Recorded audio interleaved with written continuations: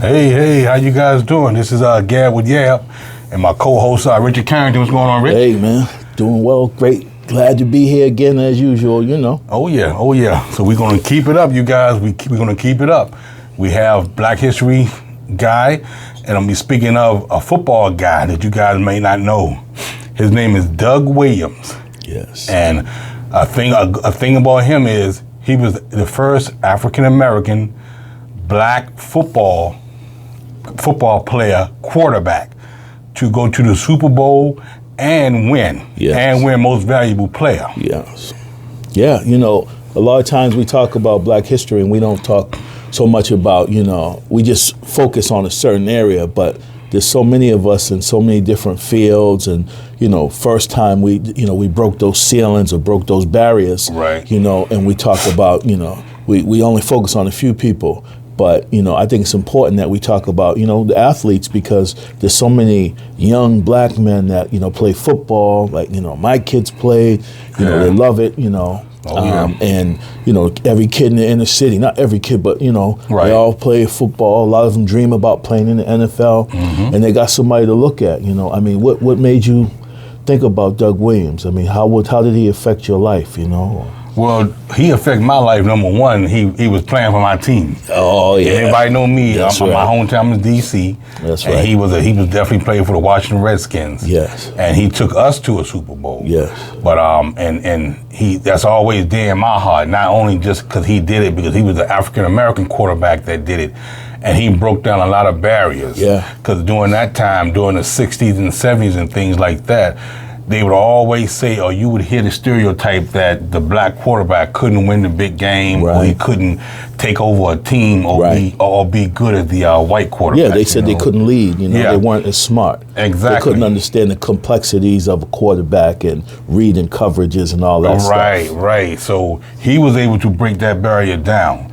And this guy, he started back in Louisiana. Yeah. He was a Louisiana guy, and he went to college at Grambling University. Yes. And once again, you guys, Grambling is a HBCU college. Yes. And he played for the legendary coach Eddie Robinson. Yes. Eddie Robinson, he broke a lot of barriers too. Yeah, I mean that's somebody that we should definitely, you know, include when we talk about. You have to include him when you talk about Doug Williams, or the number of, you know, young black football players that went to the NFL because of Eddie Robinson. They used to say that was a pipeline to Grambling. That's true. You know, he was a great coach, and, you know, he isn't, you know, just as a side note, he was a great coach, and not only was he like a father figure to them, they say stories like he would make lunches for them, he would cut the grass, he would do anything that was needed to help that team win. Yep. And he definitely was a good guy. He was a good coach as well, and a good disciplinarian. Yes. And like you said, he was like a father figure. And yes. He pretty much like a teacher. He taught those guys how to win. Yeah. And how to act on and off the field. Yes. So as far as Doug Williams is concerned, he was one of the first black it was all black team, but he was one of the first players that threw for like 3,000 yards, and he had several touchdowns and completions and stuff like that. Yes. And his record still holds today. Okay. Still holds today. So as far as I'm concerned, he's probably one of the best black quarterbacks to come out of the state of Louisiana, especially Grambling. Yeah. Because I can't think of nobody else.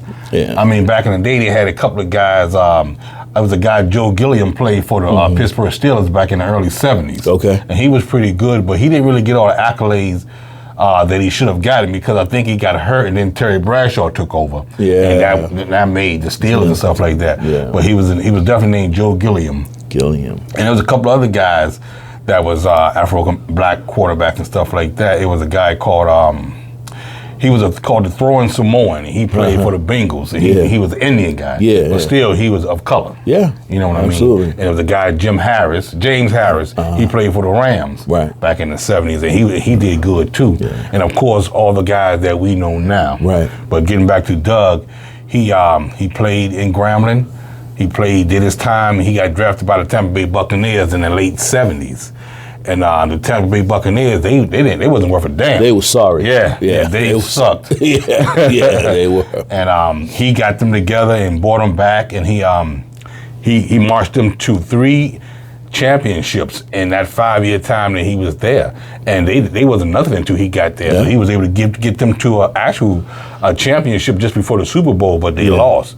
But he definitely put the Tampa Bay Buccaneers on the map. Yes, he did. You know, but something happened with that. He left there. He had a bad contract dispute with the owner at that time. Okay, and then. I don't know if you guys know this, but they had what you call the USFL in the late 70s. It was another football league that lasted about 3 or 4 years, huh? Right. And then it folded. Yeah, they're trying to bring it back, you know. Are they? Yeah, they're trying to bring it back again. Who's in charge? Who's going to be in charge of that? Well, I don't want to say his name, but I think the former president is a part of it. Are you kidding me? I think so. I know he was he had something to do with it, so he may have helped with some money or something. But I don't want to speak. I'm pretty sure he's a part of it. Okay, moving right along. So the USFL, a lot of people might not know that, but a lot of the young generation might not know about that. But Doug played for the Oklahoma Outlaws. Yes. Was one of the USFL teams. They might have had like 10, 11, maybe 12 teams. Yeah. It wasn't really big, but they got everything, they had everything up to speed. And a lot of people came out of the USFL. Yeah. Jim Kelly, a lot of different people. Steve Young, he came out of the USFL. So what happened there? Herschel Walker played in the USFL for a while. Exactly, yeah. And some great, you're talking about Hall of Fame people. That's right. Yeah. That's right. And a lot of them jumped to the USFL just thinking it was something different. They can go and make a presence. But I don't understand why it folded, but it did. So what happened with that, Doug Williams, he went to the Washington Redskins, which is now the Washington Commanders. They got a new team now. Yeah. But if anybody know me, and old school fans is Washington Redskins. Yeah. But we're going to say Washington Commanders. Commanders, yeah. Politically correct. Exactly. Yeah. So in '86, he went to the Washington Redskins, and he was coached by Joe Gibbs. Yes. And for some reason or another, the Redskins got the rights to him coming out of the USFL. Okay. And it was kind of rocky for a while there, but he had to sit. He had to be second string to a guy by the name of Jay Schrader. He was a white quarterback. Yep. And he did pretty good, but it was always a back and forth thing. He would play good, then he would have a downfall, then Doug would come in and play good. Something happened to him, he have a downfall. Right. And the last time something happened with Jay Schrader, he got hurt, and Doug just took the reins and kept moving. Yeah, he didn't get back. You're right. And that 1987 year was definitely a good year for us because we went to the Super Bowl. Yes. And Doug Williams was the quarterback, and that in itself made history. Yeah. Once again, the first African-American quarterback to go to a Super Bowl and win it. And winning is what we did, too. And just not to cut you off, bro, I think about that, often. Still, especially what's going on in football with the coaching and, a lot of racial stuff. Exactly. But I remember being a Patriots fan. I was always with the underdog. Right. But I was a Patriots fan. Mm-hmm. I liked Grogan. I liked the team they had. But when he got there, I became, a Skins fan that year. I became a Doug Williams fan. I was behind him because I was so proud and so happy to see it. Yes. I knew they were going to win. Oh, yeah. I knew it. Oh, yeah. Because it was something about him, man. Yep. You could look up to him. He was big, strong. Yes. He was confident. And, it was just something about him that I said, man, I'm with him. That's my favorite player now. You know what I mean? Oh, yeah. And they might say, he was on the bandwagon. But, yeah, for him, I was. Right. And there's nothing wrong with that. Nothing wrong. A lot of people was because he gave us hope. Yes. He gave us hope. And we was wanting to see what can the brother do. Yeah. And all of us would talk about it and stuff like that. But the person that gave him that chance was Coach Joe Gibbs. Yeah, Gibbs is a great coach. Joe Gibbs gave him a chance because he saw something in him. Yeah. And he did what he had to do. He went to the Super Bowl and we beat the Denver Broncos with John Elway. Yeah. We beat them guys 42-10. Whooped them. Yes, it was bad. Doug Williams threw for like 5 touchdowns. Yep. He had 5 different receivers. It was an awesome game he played. And most valuable player, and he went to Disneyland. Yeah. You know how they say I remember the commercial, man. Yeah. I remember. That was a great game, man. Yeah. Great game. What happened was we were down 10-0, so it was almost like we spotted them 10-0. And after that, there was no stopping Doug. Uh-oh. He took off. Yeah. He just couldn't lose. He couldn't lose, man, because he had everything right there. Yep. And it was a play that he had something happened to him. He got hurt. Yeah. He like sprained his knee, but he didn't go. He didn't come out. Nope. He didn't come out, man. He finished that game with all kind of accolades. Yeah. I mean, that was heroic what he did, man. Yes, yes, it was. And y'all did have a great team. You had a great offensive line. Oh yeah, was that with Russ Grimm and them and those guys? And Riggins, right? Was he the running back? Riggins was before then. Oh, okay, all right. I remember the Hogs. Yeah. We still they had the Hogs because they were still going on. They didn't fade out until later. Well, was Art Monk there at that time, or he was before the receivers? I believe Art Monk was there. Yeah, he was throwing that ball all over the place. He did because he had what you call the Three Amigos. Yes, and he had, it was Art Monk, Ricky Sanders, and Gary Clark. Yes, and them guys, man, they showed out, man. Woo. They showed out, and also they had a rookie running back that had just started. Yes. And he rushed for like 200-something yards in the Super Bowl. That's unheard of. Yes. And I think. Timmy Smith. Yes. Timmy Smith. Yeah, I remember. Man, that's coming back. That was some game, man. Yeah. That was some game. And it's definitely making me happy. 30-something years ago, man. Yeah. Woo. Yep. So he was definitely a part of that. He was a part of the second Super Bowl trophy that we had. We got 3. Right. So that we got one in 82. That was 88, and then we got one in 91. That was the last time we went to the Super Bowl. Was that with Theismann or? 91 was with Rippin. Oh, Mark Rippin. Oh, yeah. Was Theismann. Okay, yeah. So. Yeah. Oh, yeah, because Theismann is, I remember him getting his leg broke by Lawrence Taylor. Yeah. He couldn't come back off. I ain't going to talk about the Commanders now, but we talk about the man, no, the man. That's right. Doug Williams, Yeah, man. But he was definitely heroic and all that type of stuff. And even after this plan, he had like a front office job. Yeah. I think the Tampa Bay Buccaneers, because he first started there, gave him a big front office job. It could have been a VIP job. So he was in charge of our personnel and stuff like that. Okay. And drafting and scouting. Okay, and I do stuff remember like that. Yeah. And he was there for a long time. And after that, the Redskins picked him up, and he's still here today. He definitely have a VIP status, and he definitely in charge of scouting and player personnel, and getting people to come to us and play. You know what I mean? Yeah, no, I think it's important, man. That we honor him. Yes. This brother, he made some great accomplishments, and it should be recognized, and people should know about, especially the younger, quarterbacks coming up too. Because a lot of the younger black quarterbacks, they want to move him to receiver and stuff. That's right. They can look to him and say, okay, he did it. When people didn't believe in black quarterbacks, he did it. That's right. Persevere, and that's what our story is. Overcoming and persevering, right, facing those odds and being able to say, okay, it's stacked against me, but I'm still going to go for it.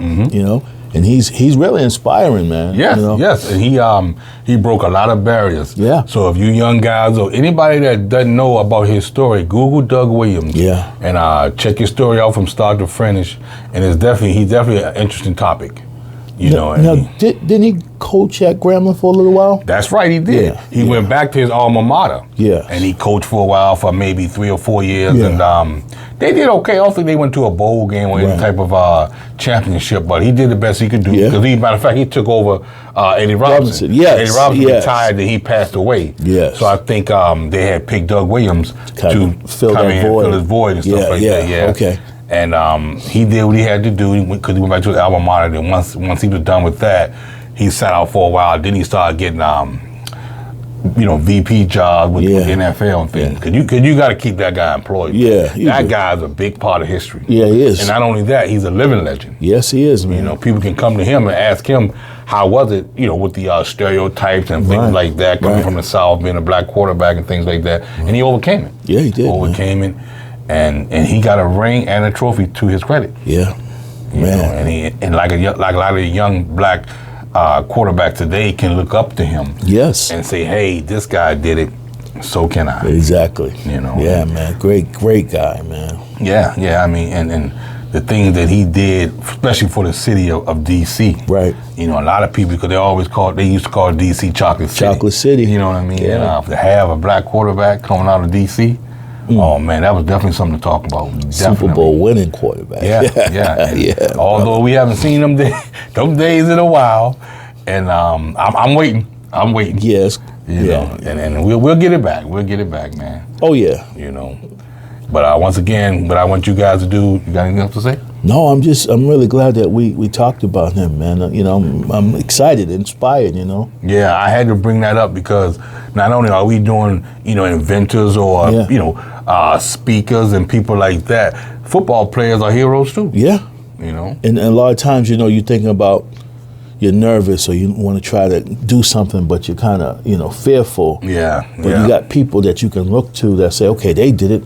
You know, they went for it. I can go for it. That's right. That's right. So yeah, and that could be anything. Football. That can be. It translates anywhere. Yeah. CEO. Yeah. You know, absolutely. Anything. Yeah. And never let nobody tell you what you can't do. That's right. Always strive for greatness. Yes. You know. Yes. And once again, this is Gab with Yab, and what I want you guys to do, I want you to share this video, share it, like it, and pass it on to others. Yes. Because once again, we're gonna be here doing what we need to do, and that's passing on information. Yes. For everybody that needs the fulfillment and to know Black history is still here and it's alive, and we just gonna keep it going. That's right.